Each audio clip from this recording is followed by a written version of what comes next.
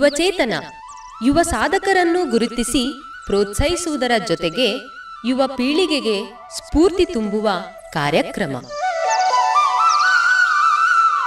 ಎಲೆಮೆರೆ ಕಾಯಂತಿರುವ ಯುವ ಪ್ರತಿಭೆಗಳನ್ನು ಗುರುತಿಸಿ ಅವರನ್ನು ಸಮುದಾಯಕ್ಕೆ ಪರಿಚಯಿಸುವ ವಿನೂತನ ಕಾರ್ಯಕ್ರಮವೇ ಯುವಚೇತನ. ತಪ್ಪದೇ ಕೇಳಿ ಪ್ರತಿ ಬುಧವಾರ ಬೆಳಗ್ಗೆ 9:50 ಮರುಪ್ರಸಾರ ಗುರುವಾರ ಮಧ್ಯಾಹ್ನ 3:10 ನಿಮ್ಮ ನೆಚ್ಚಿನ ಜನಧ್ವನಿ 90.8 ಕಂಪನಾಂಕದಲ್ಲಿ.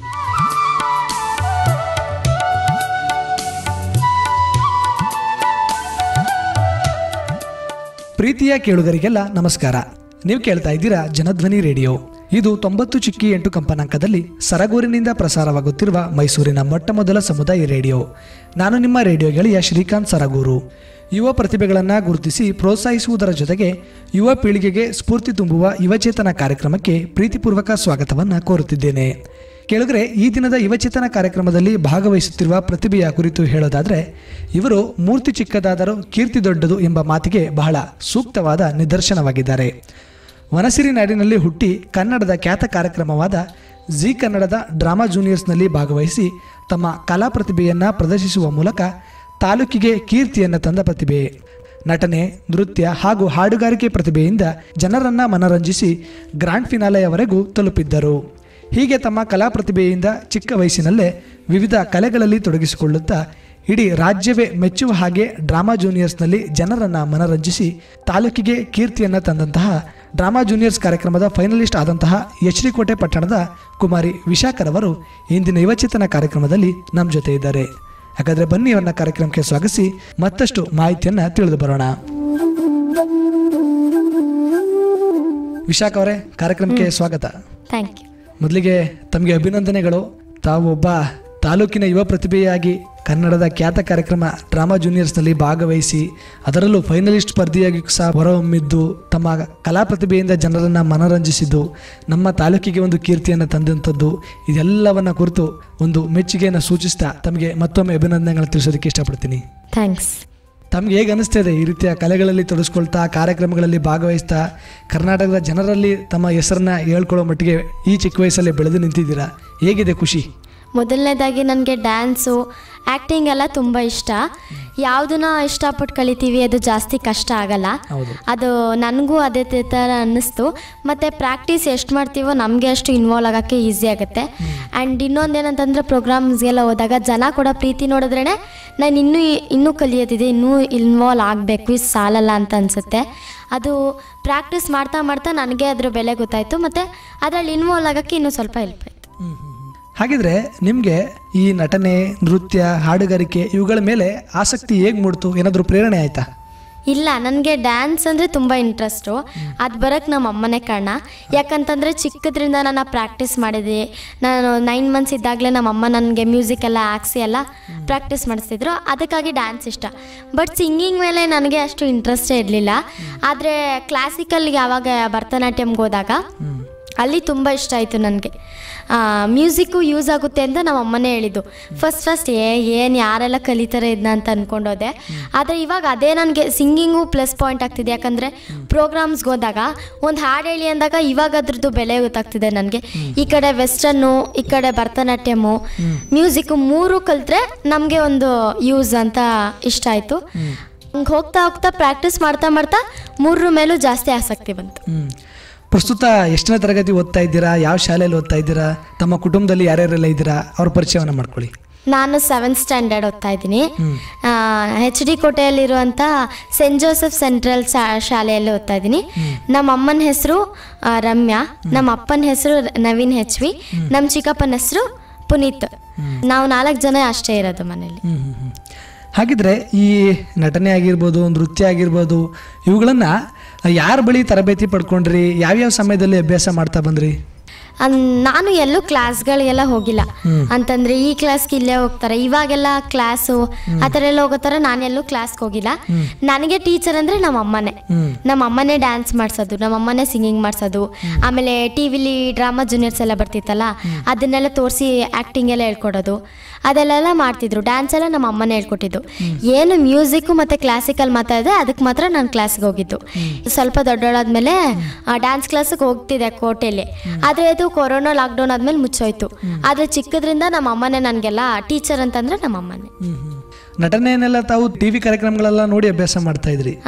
ಹೌದು. ಯಾವ್ಯಾವ ಕಾರ್ಯಕ್ರಮಗಳು ತಮ್ಮ ಮೇಲೆ ಪ್ರಭಾವ ಬೀರ್ತಿತ್ತು, ಯಾರ್ಯಾರೆಲ್ಲ ಪ್ರಭಾವ ಬೀರಿದ್ರು ಈ ನಟನೆ ಮೇಲೆ ತೋರಿಸ್ಕೊಳ್ಳಿಕ್ಕೆ? ನನಗೆ ನಮ್ಮ ಅಮ್ಮನೇ ಫಸ್ಟು. ಅದಾದ್ಮೇಲೆ ಡ್ರಾಮಾ ಜೂನಿಯರ್ಸ್ಗೆ ಹೋಗ್ಬೇಕು ಅಂತ ನಮ್ಮ ಅಮ್ಮನ ಆಸೆ ಇತ್ತು. ಅದಕ್ಕೆ ಡ್ರಾಮಾ ಜೂನಿಯರ್ಸೇ ಒಂದು ಇನ್ಸ್ಪಿರೇಷನ್. ಹಾಗಿದ್ರೆ ತಾವು ಈ ಡ್ರಾಮಾ ಜೂನಿಯರ್ಸ್ಗೆ ಆಯ್ಕೆಯಾದಂಥ ಅನುಭವ ಹೇಗಿತ್ತು, ಎಲ್ಲಿ ಆಡಿಷನ್ ನಡೀತು, ಅಲ್ಲಿನ ಅನುಭವ ಹೇಗಿತ್ತು? ಅದು ಡ್ರಾಮಾ ಜೂನಿಯರ್ಸ್ ಅನ್ನೋದು ಒಂದು ದೊಡ್ಡ ಸಮುದ್ರ. ಅಲ್ಲಿ ನಮ್ಮಂತ ಚಿಕ್ಕ ಚಿಕ್ಕ ಮೀನುಗಳನ್ನ ಹಾಕಿ ಅವರು ಕಲೆಗಳನ್ನ ಮಾಡ್ತಾರೆ. ಅದೆಲ್ಲ ಫಸ್ಟ್ ಗೊತ್ತಿರಲಿಲ್ಲ. ನಮ್ಮಮ್ಮ ಟಿವಿ ನೋಡಿ ಇದಕ್ಕೆ ಹೋಗ್ಬೇಕು ಅಂತ ಐಡಿಯಾ ಮಾಡಿದ್ಮೇಲೆ ಸೆಕೆಂಡ್ ಸೀಸನಿಂದ ಆಡಿಷನ್ ಕೊಟ್ಟಿದ್ದು. ಅದೇನಾಯ್ತು ಅಂತಂದ್ರೆ ಅಲ್ಲಿ ಜಿಲ್ಲೆಯಲ್ಲಿ 35,000 ಮೇಲೆ ಜನ ಬರ್ತಾರೆ, ಮಕ್ಕಳು ಟ್ಯಾಲೆಂಟೆಡು ಆ ಥರ ಎಲ್ಲ ಮಕ್ಳುಗಳು ಬರ್ತಾರೆ. ಅಲ್ಲಿ ಸೆಲೆಕ್ಟ್ ಆಗೋದು ತುಂಬ ಕಷ್ಟ. ಯಾಕಂತಂದರೆ ಸಾವಿರಾರು ಜನ ಮಕ್ಕಳಿಂದ, ಲಕ್ಷಾಂತರ ಮಕ್ಕಳಿಂದ ಒಂದು 30 ಜನಕ್ಕೆ ಬರೋದು, ಅಲ್ಲಿಂದ 25 ಜನ ಕಂಟೆಸ್ಟೆಂಟ್ ಆಗೋದು, ಅದೆಲ್ಲ ಕಷ್ಟ. ಅದು ನಮಗೆ ಫಸ್ಟ್ ಗೊತ್ತಿರಲ್ಲ, ಯಾಕಂತಂದರೆ ಫಸ್ಟ್ ಟೈಮ್ ಹೋಗಿತ್ತು. ಅಲ್ಲೇನಾಯಿತು ಅಂತಂದರೆ ಆಡಿಷನ್ ಕೊಡ್ತಿದ್ವಲ್ಲ, ಸೆಲೆಕ್ಟ್ ಆಗ್ತಿರ್ಲಿಲ್ಲ. 4th ಆಡಿಷನಿಂದ ನಾನು ಸೆಕೆಂಡ್ ರೌಂಡ್ ಅಷ್ಟೇ, ಅದೇ first step, second round select ಆಗಿದ್ದು. ಆವಾಗ ಸೆಕೆಂಡ್ ರೌಂಡ್ ಅಂದಾಗ ಫುಲ್ಲು ಖುಷಿ. ಯಾಕಂತಂದರೆ ಫಸ್ಟ್ ಎಲ್ಲ ಒಂದು ಸಲನೂ ಸೆಲೆಕ್ಟ್ ಆಗಿಲ್ಲ ಸೆಕೆಂಡ್ ರೌಂಡ್ಗೆ. ಮೇಗಾ ಆಡಿಷನ್ ಎಲ್ಲ ಸೆಕೆಂಡ್ ರೌಂಡ್ಗೂ ಸೆಲೆಕ್ಟ್ ಆಗ್ತಿರಲಿಲ್ಲ. ಆವಾಗ ಬೇಜಾರು, ಕಾಲೇ ಬರ್ತಿರಲಿಲ್ಲ. ಸೆಕೆಂಡ್, ಥರ್ಡ್, ಫೋರ್ತು ಬರ್ತಾನೆ ಇರಲಿಲ್ಲ. ಆವಾಗ ಏನಾಯಿತು, ನನಗೆ ಬೇಜಾರಾಗ್ತಿತ್ತು ಬೇಗ. ನಮ್ಮ ಅಮ್ಮಂಗೆ ಹಂಗಲ್ಲ, ಟ್ರೈ ಮಾಡಿದ್ರೆ ಸಿಕ್ಕುತ್ತೆ, ಒಂದಲ್ಲ ಒಂದಿನ ಕಾಯಬೇಕು, ಕಾಯ್ದರೆ ಕೈಲಾಸ ಅನ್ನೋ ಥರ ನಮ್ಮಮ್ಮ. ನಮ್ಮ ಅಪ್ಪ ಅಮ್ಮಂಗೆ ತುಂಬ ತಾಳ್ಮೆ ಅದ್ರ ಬಗ್ಗೆ. ನಮ್ಮ ಚಿಕ್ಕಪ್ಪನೂ ಹೇಳ್ತಿದ್ರು, ವೈಲ್ಡ್ ಕಾರ್ಡಲ್ಲಾದರೂ ಹೋಗ್ತೀಯ ಅಂತ. ಆವಾಗ ಏನಾಯಿತು, ನನಗೆ ಇಂಟ್ರೆಸ್ಟ್ ಬರೋಕ್ಕೆ ಸ್ಟಾರ್ಟ್ ಆಯಿತು. ಆಗ ನಾನೇ ಸ್ವಲ್ಪ ಸಮಾಧಾನ ಮನೇಲೆಲ್ಲ ಸಮಾಧಾನ ಮಾಡೋರು. ಒಂದಿನ ಏನಾಯಿತು, 5th ಆಡಿಷನ್ ಈಗ ಕೊಟ್ಟನಲ್ಲ, ಅದು ಕೊಟ್ಟೆ. ಕಷ್ಟಪಟ್ಟು ಇದಕ್ಕೆ ಮಾಡಲೇಬೇಕು ಅಂತ ಕೊಟ್ಟೆ. ಯಾಕಂತಂದ್ರೆ ನನಗೆ ಭಯ, ಈ ಕಡೆ ಏಜ್ ಲಿಮಿಟ್ ಮೀರೋದ್ರೆ ಅದಕ್ಕಾಗಲ್ಲ. ಅದಕ್ಕೆ ಏನಾಯ್ತು, ಪ್ರೋಮೋ ಶೂಟ್ ಎಲ್ಲ ಬಿಟ್ಬಿಟ್ರು 5 ಸೀಸನ್ಗೆ. ಇದು ಆಗಲ್ಲ, ಇದೇ ಲಾಸ್ಟ್ ಸೀಸನು ಅಂತ ನಾನು ಅಂದ್ಕೊಂಡಿದ್ದೆ. ಆದರೆ ನೈಟು ಕಾಲ್ ಬಂದು ಸೆಕೆಂಡ್ ರೌಂಡು ಸೆಲೆಕ್ಟ್ ಆಗಿದ್ದೀರಾ ಅಂತ. ಸೆಕೆಂಡ್ ರೌಂಡೆಲ್ಲ ಆಯಿತು. ನಾನು ಸ್ಕೂಲಲ್ಲಿ ಆಟ ಆಡ್ತಿದ್ದೆ. ನಮ್ಮ ಅಪ್ಪ ಅಮ್ಮ ಇಬ್ಬರು ಬಂದರು, ಮೇಗಾ ಆಡಿಷನ್ಗೆ ಸೆಲೆಕ್ಟ್ ಆಗಿದೆ ಅಂತ. ನಾನು ಫುಲ್ಲು ಶಾಕು. ನಾನು ಇಲ್ಲ ಅಂತ ಹೇಳ್ತಾ ಇದ್ದೀನಿ. ನಾನೆಲ್ಲ ಸೆಲೆಕ್ಟ್ ಆಗೋಕ್ಕಾಗಲ್ಲ, ಏನೋ ಸುಮ್ಮನೆ ಚೊಕ್ ಕೊಡ್ತಿರ್ಬೋದು ಅಂತ. ಅಲ್ಲಿ ನೋಡಿದ್ರೆ ನಿಜ, ಬ್ಯಾಂಗ್ಳೂರಿಗೆಲ್ಲ ಹೊಟ್ವಿ, ಅಲ್ಲೆಲ್ಲ ಆಯಿತು. ರಿಯಲ್ಸಲ್ಲೆಲ್ಲ ತುಂಬ ಕಷ್ಟ. ಎಲ್ಲ ಥರನೂ ಫಸ್ಟ್ ಅಲ್ವ ನಾವು ಹೋಗೋದು. ಅವ್ರು ತುಂಬ ಸೀಸನ್ಗಳು ಮೆಂಟರ್ಸು, ಆಮೇಲೆ ಅನಿಲ್ ಸರ್ ಅವರೆಲ್ಲ ನೋಡ್ಕೊಂಡು ಬಂದ್ಬಿಟ್ಟಿರ್ತಾರೆ. ಅವ್ರಿಗೆ ಗೊತ್ತು ನಮ್ಮನ್ನ ಹೆಂಗೆ ಟ್ರೈನ್ ಅಪ್ ಮಾಡಬೇಕು ಅಂತ. ಆ ಥರ ಟ್ರೈನ್ ಅಪ್ ಮಾಡ್ತಾರೆ, ಪಾತ್ರಗಳು ಕೊಡ್ತಾರೆ. ಆಮೇಲೆ ಸ್ಕ್ರಿಪ್ಟ್ ಬರುತ್ತೆ, ಒಬ್ಬರು ಮೆಂಟರ್ ಕೊಡ್ತಾರೆ, ಎಮೋಷ್ನಲ್ಗೆ, ಕಾಮಿಡಿಗೆ ಆ ಥರ ಮೆಂಟರ್ ಕೊಡ್ತಾರೆ. ಆವಾಗೆಲ್ಲ ಆಯಿತು. ಆಮೇಲೆ ಇನ್ನೇನು ಇವತ್ತು ಶೂಟಿಂಗು, ಆವಾಗ ಚೆನ್ನಾಗಿ ಮಾಡಿದೆ. ನಂದು ಕಂಟೆಸ್ಟೆಂಟ್ ನಂಬರ್ 5 ಇತ್ತು. ಆವಾಗ ಹೋಗಿ ಮಾಡಿದೆ. ರವಿ ಸರ್ ವೇರಿಯೇಷನ್ಸ್ ಏನೂ ಬರಲಿಲ್ಲ, ಮನೆಗೆ ಕಳಿಸಿ ಅಂತ ಹೇಳ್ಬಿಟ್ರು. ನಾನು ಚೆನ್ನಾಗಿ ಮಾಡಿದ್ನಲ್ಲ ಯಾಕೆ ಅಂತ ಅಂದ್ಕೊಂಡೆ. ಫುಲ್ ಅಳ್ತಾ ಇದ್ದೀನಿ, ಸ್ಟೇಜ್ ಬೇರೆ, ನಮ್ಮ ಅಪ್ಪ ಅಮ್ಮ ಬೇರೆ ಗ್ಯಾಲರಿಲಿ ಕೂತ್ಕೊಂಡು ನೋಡ್ತಾ ಇದ್ದಾರೆ. ಆವಾಗ ಗಿಫ್ಟ್ ಬಾಕ್ಸು ಯಾರಿಗೂ ಓಪನ್ ಮಾಡೋಕ್ಕೆ ಅಲ್ಲೇ ಹೇಳಿಲ್ಲ, ಕೊಟ್ಬಿಟ್ಟು ಕಳಿಸಿದ್ರು. ನನಗೆ ಮಾತ್ರ ಓಪನ್ ಮಾಡೋಕ್ಕೆ ಹೇಳಿದ್ರು. ಅಲ್ಲಿ ಆಲ್ರೆಡಿ ತುಂಬ ಜನ ಸೆಲೆಕ್ಟ್ ಆಗಿಬಿಟ್ಟಿದ್ರು. ಆವಾಗ ಓಪನ್ ಮಾಡೋಕ್ಕೆ ಹೇಳಿದ್ರೆ ಅಲ್ಲಿ ಮೆಡಲ್ ಇತ್ತು, ಸೆಲೆಕ್ಷನ್ ಮೆಡಲು.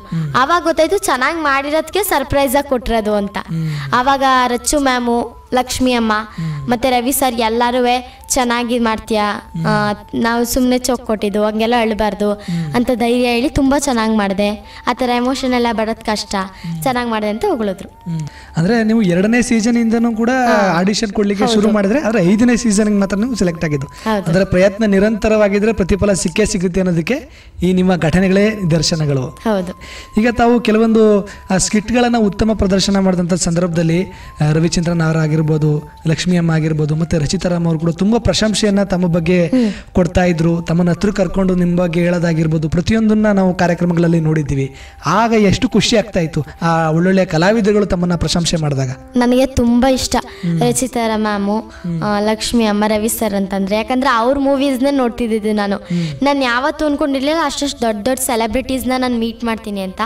ಅದರಲ್ಲೂ ಅವ್ರ ಮುಂದೆ ಮಾಡಬೇಕಂದ್ರೆ ಏನೋ ಒಂಥರ ಭಯ ಆಗ್ತಿತ್ತು.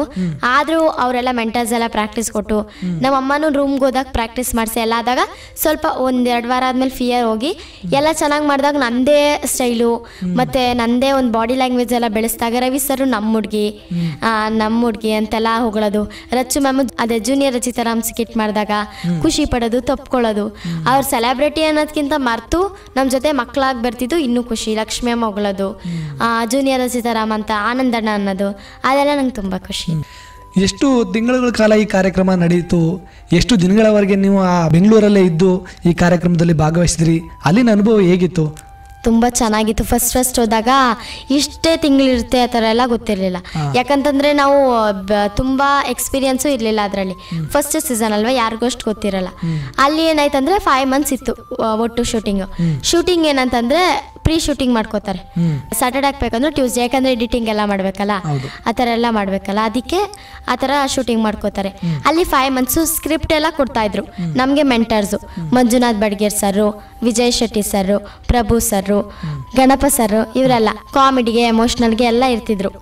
4 ಜನ ಮೆಂಟರ್ಸು. ಅಂಬಿಕಾ ಅಕ್ಕ, ಅನಿಲ್ ಸರು, ಪ್ರೊಡಕ್ಷನ್ ಟೀಮ್ ಹೋಲ್ ಊಟದಿಂದ ಹಿಡಿದು ನಮ್ಮ ಕಾಸ್ಟ್ಯೂಮ್ ಸಂತೋಣ ಎಲ್ಲ ರೀತಿಯಾಗಿ ಇರ್ತಿದ್ರು.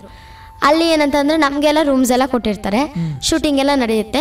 ನಾವು ಸ್ಕ್ರಿಪ್ಟಿಗೆ ಪ್ರಿಪೇರ್ ಆಗೋಕ್ಕೆ ಮತ್ತು ಸ್ಕಿಟ್ಟಿಗೆಲ್ಲ ಪ್ರಿಪೇರ್ ಆಗೋಕ್ಕೆ ಮೇಯ್ನಾಗಿ ಮೆಂಟರ್ಸ್ ಅವಶ್ಯಕತೆ ಇದ್ದೇ ಇರುತ್ತೆ. ಅಲ್ಲಿ ಶೂಟಿಂಗ್ಸ್ ಎಲ್ಲ ಇರುತ್ತೆ. ಮತ್ತು 5 months ಇರುತ್ತಲ್ಲ, ಆ ಹೋಲ್ ಎಂಟೈರ್ ನಾವೇನು ಪ್ರಾಕ್ಟೀಸ್ ಮಾಡ್ತೀವಿ ಅದಕ್ಕೆ ರಿಹರ್ಸಲು ಅಬ್ಬಾಯ್ ನೋಡೋ ಸ್ಟುಡಿಯೋದಲ್ಲೇ ನಡೀತಿದ್ದಿತ್ತು. ಅದೆಲ್ಲ ಚೆನ್ನಾಗಿತ್ತು. ಆಮೇಲೆ ಆಗ್ತಾ ನಮಗೆ ಫೈನಲ್ ಬರೋದೇ ಗೊತ್ತಾಗಲಿಲ್ಲ. ಫ್ರೆಂಡ್ಸ್ ಎಲ್ಲ ಹೋಗ್ತಾ ಇನ್ನೂ ಫೈನಲಲ್ಲಿ ಎಲ್ಲ ಎಲಿಮಿನೇಷನ್ ಆಗಿ ಇನ್ನೂ ಕ್ಲೋಸ್ ಆಗಿಬಿಟ್ವಿ. ಎಲ್ಲ ಹೋಗ್ಬೇಕಾದ್ರೆ ಹತ್ತಿದ್ದು 1-2 ತಿಂಗಳು ಆಗೋವರೆಗೂ ಫೋನ್ ಮಾಡಿದ್ದು, ವಿಡಿಯೋ ಕಾಲು, ಕಾನ್ಫರೆನ್ಸ್ ಎಲ್ಲ ಹಾಕಿ ಯಾವಾಗ ನನ್ನ ಫ್ರೆಂಡ್ಸ್ ನೋಡ್ತೀನೋ, ಯಾಕಂತಂದ್ರೆ ಅವರೆಲ್ಲ ಬೆಂಗಳೂರು, ಹಾಸನ ಆ ಥರ, ನಾನು HOD ಕೋಟೆ, ಗೋಕಾಕ್ ಆ ಥರ. ಆಗ ತುಂಬ ಬೇಜಾರಾಯಿತು. ಆಮೇಲೆ ಅಮ್ಮ ಹೇಳಿದ್ದೇನಂತಂದರೆ ಎಲ್ಲರೂ ಒಂದಿನ ಹೋಗ್ಲೇಬೇಕು, ಕಾಲ್ ಮಾಡ್ಕೊಂಡು ಮಾತಾಡ್ಬೋದಲ್ಲ ಅಂತ. ಅದೆಲ್ಲ ಬೇಜಾರೆಲ್ಲ ಮಾಡ್ಕೋಬಾರ್ದು. ಈಗ ತಾವು 5 ತಿಂಗಳ ಕಾಲ ನಿರಂತರವಾಗಿ ಕಾರ್ಯಕ್ರಮದಲ್ಲಿ ಭಾಗವಹಿಸ್ತಾ ಸ್ಕಿಟ್ಗಳನ್ನು ಮಾಡ್ತಾ ಇಂಥ ಮಹಾನ್ ಕಲಾವಿದರಿಂದ ಮೆಚ್ಚುಗೆಯನ್ನು ಪಡ್ಕೊಳ್ತಾ ಫೈನಲಿಸ್ಟ್ವರೆಗೂ ಕೂಡ ಬರ್ತೀರಾ. ಫೈನಲಿಸ್ಟಲ್ಲಿ ಒಬ್ಬ ಸ್ಪರ್ಧಿಯಾಗಿ ತಾವು ಭಾಗವಹಿಸ್ತೀರಾ. ಆ ಫೈನಲ್ನಲ್ಲಿ ಭಾಗವಹಿಸಿದ್ದಾಗಿರ್ಬೋದು, ಅಲ್ಲಿ ತಾವು ಜನರನ್ನು ಮನರಂಜಿಸಿದ್ದು, ಕಲಾವಿದರುಗಳಿಂದ ಪ್ರಶಂಸೆಯನ್ನು ಪಡ್ಕೊಂಡಿದ್ದು ಹೇಗೆ ಅನಿಸ್ತು? ನನಗೆ ಫಸ್ಟ್ ಹುಚ್ಚಿ ಪಾತ್ರ ಮಾಡಿದಾಗಲೇ ಅನಿಸ್ತಿತ್ತು ಫೈನಲ್ಗೆ ಹೋಗ್ಬೋದು ಅನ್ನೋದೊಂದು ಮೈಂಡ್ ಫಿಕ್ಸ್ ಇತ್ತು. ಯಾಕಂತಂದರೆ ಆ ಕಾನ್ಫಿಡೆನ್ಸ್ ಇತ್ತು. ಎಲ್ಲೂ ನಾನು ಹೋಗಲ್ಲ ಆ ಥರ ಎಲ್ಲ ಅಳ್ಕೊಂಡು ಇದು ಮಾಡೋದೆಲ್ಲ ಇರಲಿಲ್ಲ. ಅಲ್ಲೇನಾಯಿತು, ಫೈನಲ್ವರೆಗೂ ಚೆನ್ನಾಗೆಲ್ಲ ಕ್ಯಾರೆಕ್ಟರ್ಸ್ ಎಲ್ಲ ಆಯಿತು, ಚೆನ್ನಾಗಿ ಮಾಡ್ಕೊಂಬಂದೆ. ಎಲ್ಲ ಚೆನ್ನಾಗಾದ್ಮೇಲೆ ಅಲ್ಲಿ ಮೆಂಟರ್ಸ್ಗಳು ತುಂಬ, ನಾನು ಫೈನಲ್ವರೆಗೂ ಏನು ಹೋಗ್ತೆ ಅಂತ ನನಗೆ ಗುರುತಿಸ್ತಾರೆ ಜನ. ಅದಕ್ಕೆ ಮೆಂಟರ್ಸ್ಗಳು, ಪ್ರೊಡಕ್ಷನ್ ಟೀಮು ಹೋಲ್ ನಾವೆಲ್ಲಿಂದ ನಾವು costume set earrings, costume, slippers ಎಲ್ಲ ಸೇಮ್ ಟು ಸೇಮ್ ಹಾಕೋತೀವಿ. ಅಲ್ಲಿಂದ ನಮ್ಗೆ ಊಟ ಹಾಕ್ತಾರಲ್ಲ ದಿನ, ಅವ್ರವರೆಗೂ ಎಲ್ಲರೂ ತುಂಬ ಚೆನ್ನಾಗಿ ಸಪೋರ್ಟ್ ಮಾಡಿದ್ರು. 4 ಜನ ಮೆಂಟರು, ಗಣಪ ಸರು, ವಿಜಯ್ ಶೆಟ್ಟಿ ಸರು, ಮಂಜುನಾಥ್ ಬಡ್ಗೀರ್ ಸರು ಮತ್ತು ಪ್ರಭು ಸರು ಏನಿರ್ತಿದ್ರು ಚೆನ್ನಾಗಿ ಹಾರ್ಡ್ ವರ್ಕ್ ಮಾಡಿಸಿದ್ರು ನಮ್ಮ ಕೈಲಿ. ಎಲ್ಲರದು ಒಂದೊಂದು 4 ಜನದ್ದು ಒಂದೊಂಥರ ಸ್ಪೆಷಾಲಿಟಿ.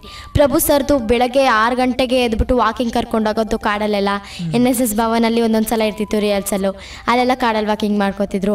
ಮಂಜು ಸರು ಅವರು ಪ್ರಾಪರ್ಟೀಸಲ್ಲೇ ಒಂಥರ ಡಿಫ್ರೆಂಟು ಅಂತಂದರೆ ಅವ್ರ ಮೈಥಾಲಜಿ ಸ್ಕಿಟ್ ಮಾಡ್ತಿದ್ದು.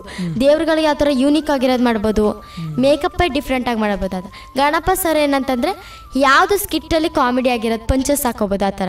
ವಿಜಯ್ ಶೆಟ್ಟಿ ಸರು ಯಾವ್ಯಾವುದಕ್ಕೆ ಯಾವ್ಯಾವುದು ಮ್ಯೂಸಿಕ್ ಹಾಕಿರ್ಬೋದು, ಏನನ್ನು ಮಾಡ್ಬೋದು ಎಲ್ಲದನ್ನು ನೀಟಾಗಿ ಮಾಡ್ಕೋತಿದ್ರು. ಆಮೇಲೆ ಅಂಬಿಕಾ ಅಕ್ಕ ಆಗಿರ್ಬೋದು, ಅನಿಲ್ ಸರ್ ಆಗಿರ್ಬೋದು, ಮಂಜು ಕರ್ಕೇರ್ ಸರ್ ಆಗಿರ್ಬೋದು, ಸುನಿಲ್ ಸರು, ಆನಂದ್ ಸರು, ಲೋಕೇಶ್ ಸರು ಸ್ಕ್ರಿಪ್ಟ್ ಬರೀತಿದ್ರು. ಎಲ್ಲರೂ ಒಬ್ಬೊಬ್ಬರಾಗೆ ಹೇಳ್ಕೊಂಡು ಕೂತ್ಕೊಂಡ್ರೆ ಅವ್ರ ಬಗ್ಗೆ ಇಡೀ ಸ್ಟೋರಿನೇ ಇದೆ. ಅದಕ್ಕೆ ಎಲ್ಲ ಪ್ರೊಡಕ್ಷನ್ ಟೀಮ್ ಅವ್ರು ಎಲ್ಲ ತುಂಬ ನಮಗೆ ಪ್ರೋತ್ಸಾಹನ ನೀಡಿದ್ರು. ಅದಕ್ಕೆ ನಾನು ಅಲ್ಲಿವರೆಗೂ ಹೋಗೋಕ್ಕೆ ಸಾಧ್ಯ. ಮತ್ತು ಇನ್ನೊಂದೇನು ಬೇಕಂತಂದರೆ ಅವರು ಅರುಣ್ ಸಾಗರು, ರಾಜು ತಾಳಿಕೋಟೆಯವರು, ಮತ್ತು Rachita Ram ma'am, Lakshmi ma'am, Ravi sir ಎಲ್ಲ. ಯಾಕಂತಂದರೆ ಅವರಷ್ಟು ದೊಡ್ಡ ಸೆಲೆಬ್ರಿಟಿಯಾಗಿ ನಮ್ಮಷ್ಟು ಚಿಕ್ಕ ಮಕ್ಕಳ ಜೊತೆ ಬೆರೆಯೋಕ್ಕೆ ಕೆಲವೊಬ್ರು ಬೆರೆಯಲ್ಲ. ಬಟ್ ಅವರು ಅಷ್ಟು ಸೆಮಿಫೈನಲಲ್ಲಿ ರಚು ಮ್ಯಾಮು ನಾವು ಅಳ್ತಿದ್ವಿ, ಸ್ಕಿಟ್ ಒಂದಿತ್ತು ನಾವಿನ ಮೇಲೆ ಹೋಗ್ತೀವಿ ಹಂಗೆ ಅಂತ. ಅವರೇ ಬಂದು ನಮ್ಮನ್ನೆಲ್ಲ ಸ್ಟೇಜ್ ಮೇಲೆ ಹತ್ತು ಕರೆದು ತಪ್ಕೊಂಡು, ಆಮೇಲೆ ರವಿ ಸರ್ ತೊಡೆ ಮೇಲೆಲ್ಲ ಕೂರಿಸ್ಕೊಂಡು, ಲಕ್ಷ್ಮಿ ಅಮ್ಮ ಎಲ್ಲ ಚೆನ್ನಾಗಿ ಮಾತಾಡಿಸಿ ಹೆಂಗೆ ಮಾಡಬೇಕು ಅಂತ ಟ್ರಿಕ್ಸ್ ಎಲ್ಲ ಇಟ್ಕೊಟ್ಟು. ಅರುಣ್ ಸಾಗರ್ ಸರ್ರೇ ನಮ್ಮ ಜೊತೆ ಒಂದೊಂದು ಸ್ಕಿಟ್ ಮಾಡಿದ್ದಾರೆ, ಕಿಂದರಿ ಜೋಗಿ ಅಂತ. ಆಮೇಲೆ ರಾಜು ತಾಳಿಕೋಟೆ ಸಾಕ್ಷಿ ಜೊತೆ ಮಾಡಿದ್ದಾಗಿರ್ಬೋದು ಅವ್ರ ಲ್ಯಾಂಗ್ವೇಜಲ್ಲಿ ಆ ಥರ ಎಲ್ಲ ಮಾಡ್ತಿದ್ರು. ಮತ್ತು ಇವಾಗಲೂ ನಾನು ಜಡ್ಜಸ್ಗಳನ್ನ ಅನ್ಸ್ಕೊತೀನಿ. ನನಗೇನು ಕಾನ್ಫಿಡೆಂಟ್ ಅಂದರೆ ಅವರು ನಮ್ಮನ್ನ ಮರ್ತಿರಲ್ಲ ಅಂತ. ಮತ್ತು ಎಲ್ಲ ಅವರೆಲ್ಲ ಪ್ರೋತ್ಸಾಹ ಕೊಟ್ಟರು. ಎಲ್ಲ ಹೋಲ್ ಝೀನೇ ಒಂದು ಬ್ಯಾಕ್ ಬೋನಾಗಿ ನಿಂತ್ಕೋತು ನಮ್ಗೆ. ಈಗ ತಾವು ನಮ್ಮ ವನಸಿರಿ ನಾಡಿನಿಂದ ಹೋಗಿ ಒಂದು ಕನ್ನಡದ ಖ್ಯಾತ ಕಾರ್ಯಕ್ರಮದಲ್ಲಿ ಭಾಗವಹಿಸಿ ಅದರಲ್ಲೂ ಫೈನಲಿಸ್ಟ್ ಆಗಿ ಹೊರಹೊಮ್ಮಿ ಬಂದ ನಂತರ ಸಾರ್ವಜನಿಕರು ಅಥವಾ ಆಗಿರ್ಬೋದು ಸಮುದಾಯದಲ್ಲಾಗಿರ್ಬೋದು ತಮ್ಮನ್ನು ಗುರುತಿಸಿ ಪ್ರಶಂಸಿಸಿದ ಅನುಭವ ಹೇಗಿತ್ತು? ಅದರಲ್ಲೂ ನಮ್ಮ ತಾಲೂಕಿಗೆ ಬಂದಂಥ ನಂತರ ಇಲ್ಲಿ ಯಾವ ರೀತಿ ಜನಗಳು ತಮ್ಮನ್ನು ಗುರುತಿಸಿ ಪ್ರಶಂಸೆಯನ್ನು ನೀಡಿದರು? ಇಲ್ಲಿ ಅಂತಂದರೆ ನಾನು ಸೆಲೆಕ್ಟ್ ಆಗಿದಾಗ ಎಲ್ಲರಿಗೂ ಖುಷಿ. ಯಾಕಂತಂದರೆ ಎಲ್ಲರಿಗೂ ಗೊತ್ತಿತ್ತು ನಾನು ಫಸ್ಟಿಂದನೂ ಟ್ರೈ ಮಾಡ್ತಿದ್ದೀನಿ, ಹುಡುಗಿ ಸೆಲೆಕ್ಟ್ ಆಗಿಲ್ಲ ಅಂತ. ಆಡಿಷನ್ ಆದ ತಕ್ಷಣ ಕೇಳೋರು ಏನಾಯಿತು ಅಕ್ಕ, ಏನಾಯಿತು ಅಣ್ಣ ಅಂತ. ಆದರೆ ಅದಾಗ್ತಿರ್ಲಿಲ್ಲ. ಅದಕ್ಕೆ ನಾನು ಸೆಲೆಕ್ಟ್ ಆದಾಗ ಅವ್ರಿಗೆ ಫುಲ್ಲು ಎಕ್ಸ್ಪೆಕ್ಟೇಷನ್ ಇತ್ತು ಈ ಸೀಸನ್ ಆಯ್ತೀಯ ಅಂತ. ಎಲ್ಲ ಸಲನೂ ಸಮಾಧಾನ ಮಾಡಿ ಬ್ಯಾಂಗ್ಳೂರು ಕಳ್ಸೋರು ಆಡಿಷನ್ ಟೈಮಲ್ಲಿ. ಅವ್ರಿಗೆ ಇನ್ನೂ ಖುಷಿ ಸೆಲೆಕ್ಟ್ ಆದ್ಲ ಅಂತ. ಇವಾಗಲೂ ಕಟ್ಔಟ್ ಎಲ್ಲ ಇದೆ ನಂದು, ಕೋಟೆಲಿ ಕಟ್ಔಟ್ ಎಲ್ಲ ಹಾಕ್ಸಿ, ನಮ್ಮನೆಲ್ಲ ಬ್ಯಾನರ್ಗಳೆಲ್ಲ ಹಾಕ್ಸಿ, ಪಟಾಕಿ ಹೊಡೆದು ಸೆಲೆಬ್ರೇಷನ್ನು, ಕೇಕ್ ಕಟ್ಟಿಂಗು, ಸನ್ಮಾನಗಳು ಸುಮಾರು ಸನ್ಮಾನ ಮಾಡಿದ್ದಾರೆ. ಇವಾಗಲೂ ಆರ್ಕೆಸ್ಟ್ರಾಗಳಿಗೆ, ಪ್ರೋಗ್ರಾಮ್ಗಳಿಗೆ ಇನ್ವೈಟ್ ಮಾಡೋದ್ರಲ್ಲೇ ಗೊತ್ತಾಗುತ್ತೆ ಜನ ಎಷ್ಟು ಇಷ್ಟಪಡ್ತಾರೆ, ಎಷ್ಟು ಪ್ರತಿಭೆನ ಬೆಳೆಸ್ತಾರೆ ಅಂತ. ಕಾರ್ಯಕ್ರಮ ಮುಗಿದ ನಂತರ ಇತರೆ ಕಲಾವಿದರುಗಳಿದ್ದಾಗಿರ್ಬೋದು ಅಥವಾ ಜಿ ಕನ್ನಡ ಕಾರ್ಯಕ್ರಮದ ಕಲಾವಿದರುಗಳಾಗಿರ್ಬೋದು ತಮ್ಮನ್ನು ಗುರುತಿಸಿ ಪ್ರಶಂಸಿಸುವುದುಂಟಾ? ಹಾಂ ಹೌದು. ಯಾಕಂತಂದರೆ ಝೀ ಅಂತ ಬಂದರೆ ಎಲ್ಲ ಕಾರ್ಯಕ್ರಮ ಧಾರಾವಾಹಿಗಳಲ್ಲ. ಈಗ ಸ್ವಲ್ಪ ರೀಸೆಂಟಾಗಿ ಬಂದಿದ್ದು ಝೀ ಕುಟುಂಬಗೂ ಇನ್ವೈಟ್ ಮಾಡಿದರು, ಅಲ್ಲಿಗೆ ಹೋಗಿದ್ದೆ. ಅಲ್ಲಿ ಏನಂತಂದರೆ ನನಗೂ ಖುಷಿ. ಎಲ್ಲರಿಗೂ ಒಂದೊಂದು ಧಾರಾವಾಹಿಗಳು ಝೀಯಲ್ಲಿ ಫೇವ್ರೆಟ್ಟು. ಪುಟ್ಟಕ್ಕನ ಮಕ್ಕಳು, ಮತ್ತು ಗಟ್ಟಿ ಮೇಳ, ಅದು ಇದು, ಹಿಟ್ಲರ್ ಕಲ್ಯಾಣ, ಇವಾಗ ಹೊಸದು ಅಮೃತಧಾರೆ ಎಲ್ಲ ಇಷ್ಟ. ಆ ಸೀರಿಯಲ್ ಆರ್ಟಿಸ್ಟ್ನೆಲ್ಲರನ್ನೂ ನೋಡಿ ಅವರು ನಮ್ಮ ಜೊತೆ ಝೀ ಮೆಂಬರ್ ಅಂತಂದರೆ ನಮಗೂ ಒಂದು ಹೆಮ್ಮೆನೆ. ಯಾಕಂತಂದರೆ ಅಷ್ಟು ದೊಡ್ಡ ಕಲಾವಿದರು, ಅಷ್ಟು ದೊಡ್ಡ ಸೀರಿಯಲ್ ಆರ್ಟಿಸ್ಟಲ್ಲಿ ಇಷ್ಟು ಚಿಕ್ಕ ಪ್ರತಿಭೆಗಳು, ಡ್ರಾಮಾ ಜೂನಿಯರ್ಸ್ ಅವರು, ಮಹಾನ್ ನಟಿಯವರು. ನಾವು ಝೀ ಏನಾಗಿರ್ಬೋದಂತ ಎಲ್ಲರನ್ನೂ ನೋಡಿರ್ತೀವಿ. ಕಾಮಿಡಿ ಕಿಲಾಡಿಯವ್ರದ್ದು ನಮ್ಮ ಜೊತೆ ರಿಹರ್ಸಲ್ ಮಾಡಿರ್ತಾರೆ, ಎಲ್ಲರೂ ಮಾಡಿರ್ತಾರೆ. ಅವರು ನಮಗೆ ಹೊಗಳವರು. ನಾವಿಷ್ಟು ದೊಡ್ಡವರಾಗಿ ತಡವರ್ಸ್ತೀವಿ ಡೈಲಾಗ್ಗಳು ಹೇಳೋಕ್ಕೆ. ಅಷ್ಟು ದೊಡ್ಡ ದೊಡ್ಡ ಮೈಥಾಲಜಿಸ್ ಹೆಂಗೆ ಹೇಳ್ತಿದ್ರಿ ನೀವು? ಯಾಕಂತಂದರೆ ಮೈಥಾಲಜಿಸ್ ಸ್ಕಿಟ್ ಮಾಡೋದು ಅಷ್ಟು ಈಸಿ ಅಲ್ಲ. ಅದು ಪೌರಾಣಿಕವಾಗೇ ಮಾಡಬೇಕು, ಅದು ದೇವ್ರ ಥರನೇ ಮಾಡಬೇಕು ಅಂತ ಹೊಗಳ್ತಿದ್ರು.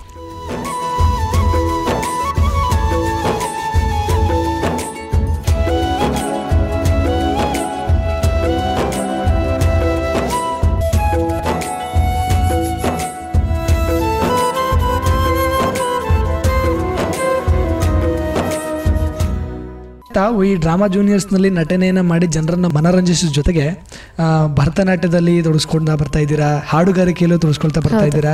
ಇದರ ಅನುಭವ ಹೇಗಿದೆ? ಇಲ್ಲಿ ಯಾವ ಸಂಗೀತ ಮತ್ತು ನೃತ್ಯವನ್ನು ಅಭ್ಯಾಸ ಮಾಡ್ತಾ ಬರ್ತಾ ಇದ್ದೀರಾ? ನಾನು ಮೊದಲನೇ ಹೇಳಿದಾಗೆ ಇಂಟ್ರೆಸ್ಟ್ ಯಾವಾಗಲೂ ಇರುತ್ತೆ ನನಗೆ ಇದ್ರ ಮೇಲೆ. ಎಜುಕೇಷನ್ ಆಗಿರ್ಬೋದು, ಇದರಲ್ಲೆಲ್ಲ ಇಂಟ್ರೆಸ್ಟ್ ಇರುತ್ತೆ. ನಾನು ನನ್ನ ಭರತನಾಟ್ಯ ಗುರುಗಳು ಬಂದು ಅನಿಂದಿತಾ ಮೆನನ್ ರವರು ಹಾಗೂ ಪವನ್ ಸರ್ ರವರು. ಇವರಿಬ್ಬರು ನನ್ನ ಭರತನಾಟ್ಯ ಗುರುಗಳು. ತುಂಬ ಚೆನ್ನಾಗಿ ಹೇಳ್ಕೊಡ್ತಾರೆ. ನಮ್ಮ ಪವನ್ ಸರ್ ಅವರು ಮೈಸೂರಿಂದ ನಮಗೋಸ್ಕರ ಹೇಳ್ಕೊಡಕ್ಕೆ ಬರೋದು. ಅವ್ರಿಗೂ ನಾನು ಧನ್ಯವಾದ ಹೇಳಬೇಕು. ಯಾಕಂದರೆ ಅಲ್ಲಿಂದ ಕಷ್ಟಪಟ್ಕೊಂಡು ಅವ್ರು ನಮ್ಗೆ ಹೇಳ್ಕೊಡಕ್ಕೆ ಬರ್ತಾರೆ. ಮತ್ತು ನಾನು ಕಲಿತಿರೋ ಮ್ಯೂಸಿಕ್ ಬಂದುಬಿಟ್ಟು ಕರ್ನಾಟಕ ಶಾಸ್ತ್ರೀಯ ಮ್ಯೂಸಿಕ್, ಕರ್ನಾಟಕ ಶಾಸ್ತ್ರೀಯ ಸಂಗೀತವನ್ನು ನಾನು ಅಭ್ಯಾಸ ಮಾಡ್ತಿದ್ದೀನಿ. ಇದನ್ನು ಹೇಳ್ಕೊಡ್ತಿರೋರು ನಮ್ಮ ಕೋಟೆಯವರೇ ದೀಪಿಕಾ ಅಕ್ಕ ಅಂತ. ಅವರಿವಾಗ ಕಲಾಕ್ಷೇತ್ರಕ್ಕೆ ಇದೇ ರೀತಿ ಮ್ಯೂಸಿಕ್ಕು, ಭರತನಾಟ್ಯ ಎಲ್ಲದರಲ್ಲೂ ಕಲಾಕ್ಷೇತ್ರದಲ್ಲಿ ಅವರು ಚೆನ್ನೈಯಲ್ಲಿ ಹೋಗಿ ಪ್ರಾಕ್ಟೀಸ್ ಮಾಡ್ತಿದ್ದಾರೆ. ಆನ್ಲೈನ್ ಕ್ಲಾಸಸ್ ಎಲ್ಲ ತಗೋತಾರೆ. ಹೀಗೆ ನನ್ನ ಗುರುಗಳು 3 ಜನ. ಹಾಗಿದ್ರೆ ತಮ್ಮ ಒಂದು ಹಾಡುಗಾರಿಕೆಯ ಪ್ರತಿಭೆಯ ಸಣ್ಣ ತುಣುಕನ್ನು ನಮಗೆ ಅಥವಾ ನಮ್ಮ ಕೇಳುಗರಿಗೆ ವ್ಯಕ್ತಪಡಿಸ್ಬೋದಾ? ನಾನು ಹಾಡ್ತಿರೋದು ಶ್ರೀರಾಬ್ದಿ ಕನ್ನಿಕೆ. ಶ್ರೀರಾಬ್ದಿ ಕನ್ನಿಕೆ, ಶ್ರೀರಾಬ್ದಿ ಕನ್ನಿಕೆ, ಶ್ರೀ ಮಹಾಲಕ್ಷ್ಮೀ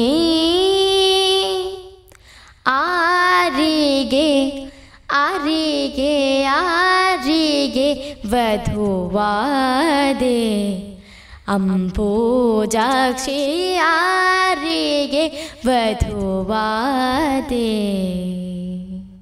ಶರಣಾಗತರ ಪೊರೆವಾ ಸಾರಂಗ ಪಾಣಿಗೋ, ವರಗಳ ನೀಡ್ವ ಶ್ರೀ ಶ್ರೀನಿ ವಾಸನಿಗೋ.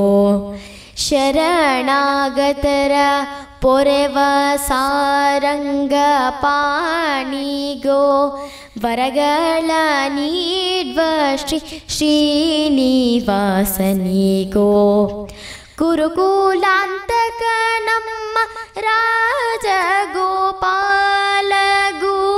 ಕುರುಕುಲಾಂತಕ ನಮ್ಮ ರಾಜಗೋಪಾಲಗೂ,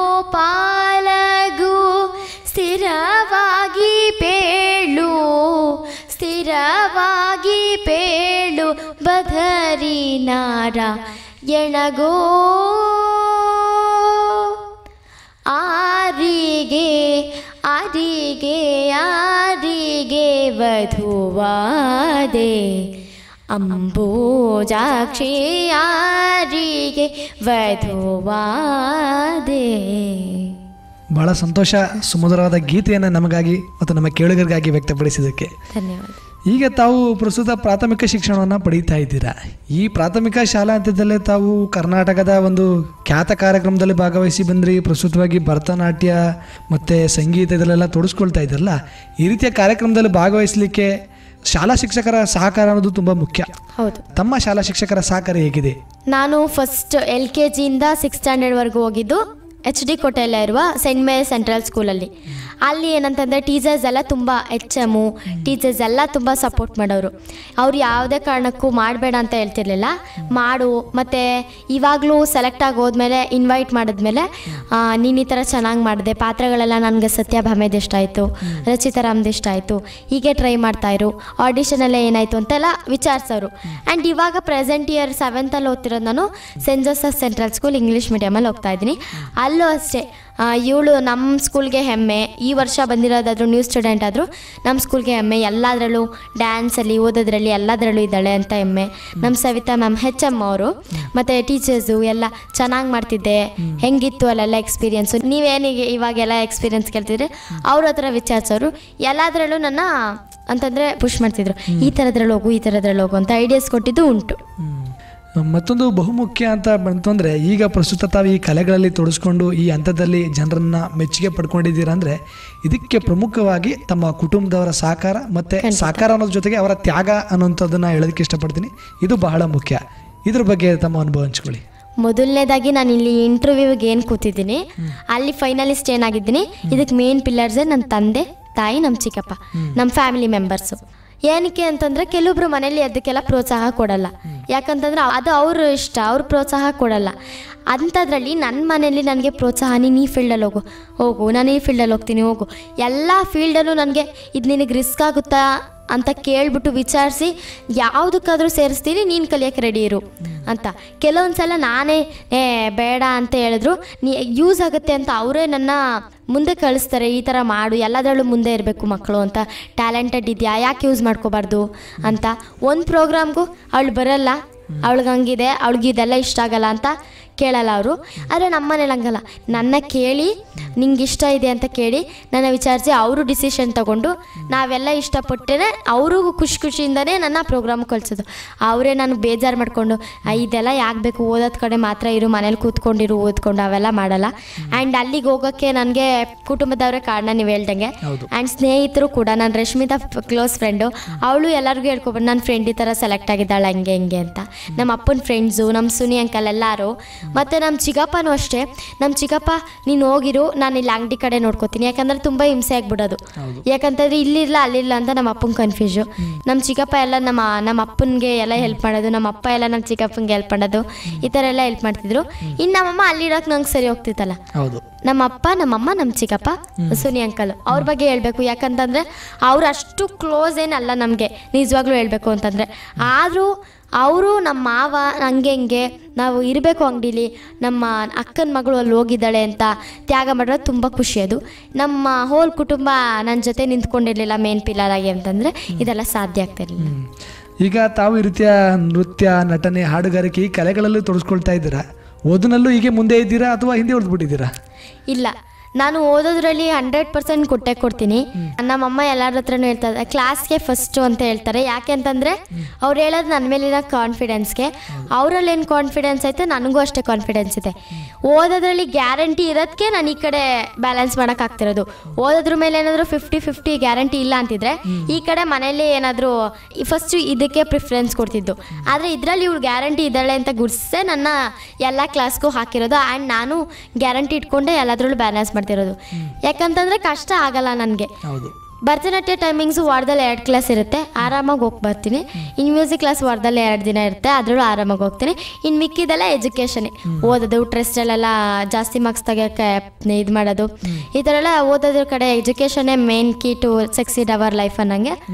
ಆ ಥರ ಎಲ್ಲ ಎಜುಕೇಷನ್ನೇ ಮೇನ್ ಪಿಲ್ಲರು. ಆ್ಯಂಡ್ ಕಲೆ ಬಂದಾಗ ಪ್ರೋಗ್ರಾಮ್ಸ್ ಇದ್ದಾಗ ಸಂಜೆ ಸ್ಕೂಲ್ ಮುಗಿದ ತಕ್ಷಣ ಪ್ರೋಗ್ರಾಮು, ಆಮೇಲೆ ಮಾರನೇ ದಿನ ಓದ್ಕೊಳ್ಳೋದು, ಈ ಥರ ಎಲ್ಲ ಬ್ಯಾಲೆನ್ಸ್ ಮಾಡ್ತೀನಿ. ಏನು ಕಷ್ಟ ಆಗಲ್ಲ, ಯಾಕಂತಂದರೆ ಓದೋದು ಚೆನ್ನಾಗಿರೋದಕ್ಕೆ ಇದೆಲ್ಲ ಕಷ್ಟ ಆಗಲ್ಲ. ಹಾಗಿದ್ರೆ ತಮ್ಮ ಮುಂದಿನ ಭವಿಷ್ಯದ ಗುರಿ ಏನು? ಆ ಗುರಿಯನ್ನು ಈಡೇರಿಸೋ ನಿಟ್ಟಿನಲ್ಲಿ ಈಗಲಿಂದ ಏನಾದರೂ ಪ್ರಯತ್ನದಲ್ಲಿದ್ದೀರಾ? ಹೌದು, ಪ್ರಯತ್ನದಲ್ಲಿದ್ದೀರಾ ಅನ್ನೋಕ್ಕೆ ಅಂತ ಉತ್ತರ ಏನು ಅಂತಂದರೆ, ಇವಾಗಲೇ ಓದೋದು ಫುಲ್ಲು ಅಂತಂದರೆ ನಮ್ಮಮ್ಮ ಹೇಳ್ತಾರೆ, ನಮ್ಮ ಅಪ್ಪ ಎಲ್ಲ ಹೇಳ್ತಾರೆ ಮನೇಲಿ, ಇವಾಗಲೇ ಬೇಸಿಕ್ಕೆ ಫುಲ್ಲು ನೀಟಾಗಿ ಎಲ್ಲ ಮುಗಿಸ್ಕೊಬಿಟ್ರೆ ಆಮೇಲೆ ಈಗಲೇ ಲೇಸಿ ಮಾಡಿದ್ರೆ ಆಮೇಲೆ ಆಗಲ್ಲ. ಅದಕ್ಕೆ ಇವಾಗಲೇ ಚೆನ್ನಾಗಿ ಓದ್ತಿದ್ದೀನಿ. ಎಲ್ಲ ಕ್ಲಾಸಲ್ಲಿ ಮ್ಯಾಮ್ಗಳೆಲ್ಲ ಹೊಗಳುತ್ತಾರೆ. ಚೆನ್ನಾಗಿ ಓದೋದ್ರಿಂದ ಮುಂದೆ ಏನೋ ಮಾಡಬೇಕು ಅನ್ನೋದು ಐಡಿಯಾ ಸಿಕ್ಕುತ್ತೆ. ಆದರೆ ಚೆನ್ನಾಗಿ ಓದ್ತೀನಿ, ಎಲ್ಲ ಐಡಿಯಾ ಇದೆ. ಆದರೆ ಒಂದು ಐಡಿಯಾ ಏನಿಲ್ಲ ಅಂತಂದರೆ ಗುರಿ ಏನದು. ಯಾಕಂತಂದರೆ ನಿಜ ಹೇಳಬೇಕು ಅಂತಂದರೆ ನನಗೆ ಪೊಲೀಸ್ ನೋಡಿದ್ರೆ ಪೊಲೀಸ್ ಆಗಬೇಕು ಅನಿಸುತ್ತೆ, ಡಾಕ್ಟರ್ ನೋಡಿದ್ರೆ ಡಾಕ್ಟರು, IAS ಅಂದರೆ IAS, ಕಲೆ ಅಂತ ಬಂದರೆ ಹೀರೋಯಿನು ಆಗಬೇಕು ಅನ್ನೋದಿದೆ. ಈ ಕಡೆ ಎಜುಕೇಷನ್ ಬಂದ ಅದು ಇದೆ, ಡಾಕ್ಟರ್ ಏನು ಅದು ಇದು ಅಂತ. ಆದರೆ ಅದಿನ್ನೂ ಇಲ್ಲ. ಅದಕ್ಕೆ ನಮ್ಮ ತಂದೆ ತಾಯಿ ಹೇಳೋದು, ನಮ್ಮ ಚಿಕ್ಕಪ್ಪ ಎಲ್ಲ ಹೇಳೋದೇನಂತಂದರೆ, ಫಸ್ಟು ಎಜುಕೇಷನ್ ನೀನು ಚೆನ್ನಾಗಿ ಮಾಡ್ತಿದ್ದೆ ಅಲ್ವಾ, ಓದು, ಹಿಂಗೆ ಓದು, ಹೆಂಗಿದ್ರು ಓದ್ತೀನಿ ನಾನು ಚೆನ್ನಾಗಿ. ಈ ಕಡೆ ಕಲೆಯಲ್ಲೂ ಇದ್ದೀನಿ, ಯಾವ್ದಾದ್ರು ಸಿಕ್ಕುತ್ತೆ ಆ ಥರ ಮುಂದೆ ನಡ್ಕೊಂಡು ಹೋಗ್ತಿರ್ಬೇಕು.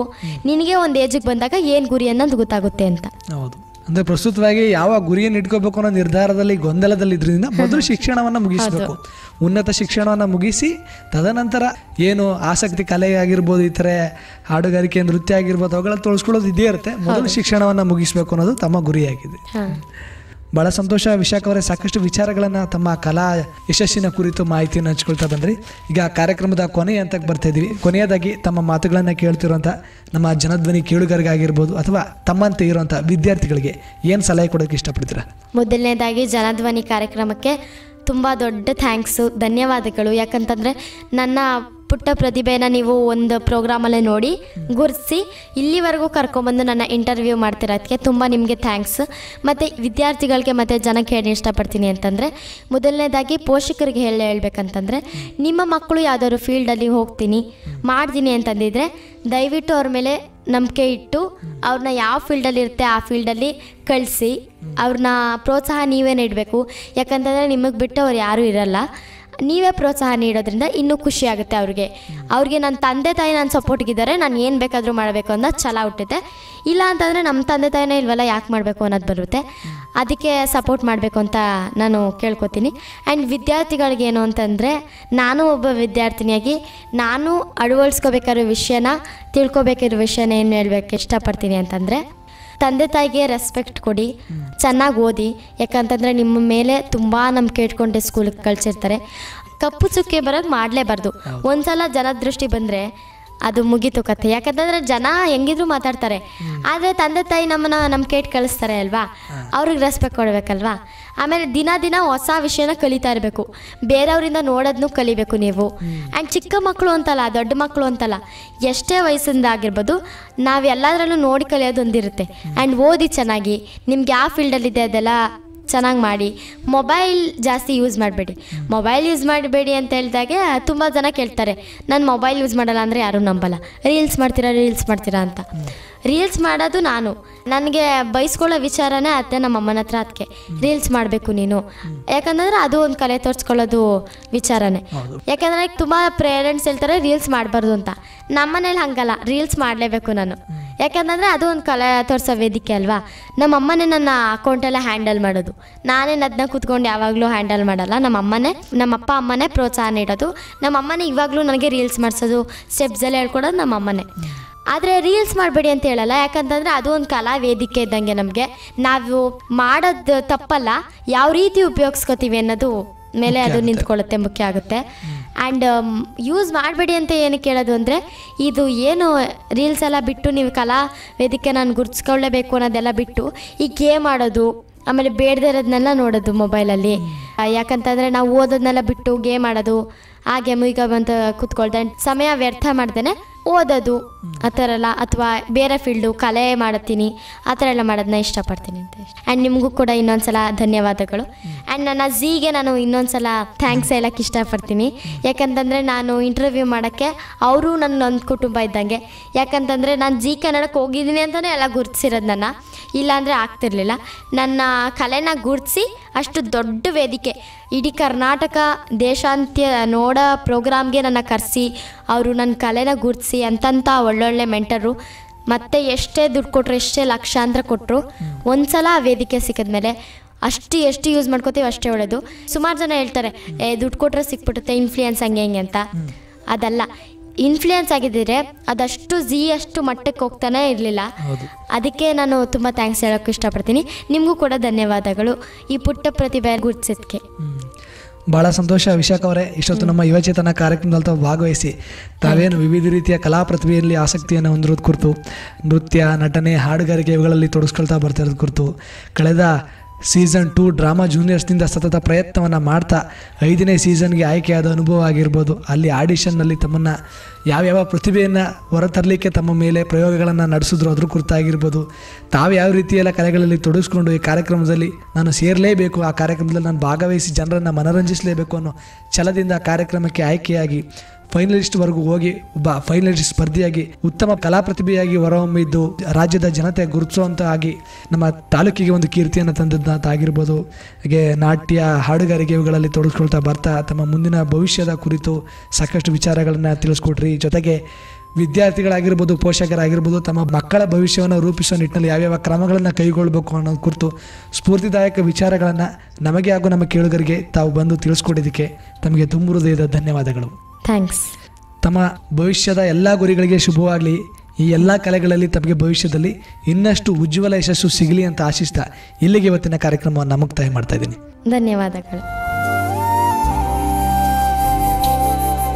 ಪ್ರಿಯ ಕೇಳುಗರೆ, ಇದುವರೆಗೂ ತಾವು ಕೇಳ್ತಾ ಇದ್ರಿ ಅತಿ ಚಿಕ್ಕ ವಯಸ್ಸಿನಲ್ಲೇ ವಿವಿಧ ಕಲಾ ಪ್ರತಿಭೆಯ ಮೂಲಕ ತೊಡಗಿಸಿಕೊಳ್ಳುತ್ತಾ ಇಡೀ ರಾಜ್ಯವೇ ಮೆಚ್ಚುವ ಹಾಗೆ ಡ್ರಾಮಾ ಜೂನಿಯರ್ಸ್ನಲ್ಲಿ ಭಾಗವಹಿಸಿ ಜನರನ್ನು ಮನರಂಜಿಸಿ ತಾಲೂಕಿಗೆ ಕೀರ್ತಿಯನ್ನು ತಂದಂತಹ ತಾಲೂಕಿನ ಯುವ ಪ್ರತಿಭೆಯಾದ ಡ್ರಾಮಾ ಜೂನಿಯರ್ಸ್ ಕಾರ್ಯಕ್ರಮದ ಫೈನಲಿಸ್ಟ್ ಆದಂತಹ HD ಕೋಟೆ ಪಟ್ಟಣದ ಕುಮಾರಿ ವಿಶಾಖರ್ ಅವರ ಜೊತೆಗಿನ ಸಂದರ್ಶನ ಕಾರ್ಯಕ್ರಮ ಇದಾಗಿತ್ತು ಇವತ್ತಿನ ನಮ್ಮ ಯುವಚೇತನ ಕಾರ್ಯಕ್ರಮ.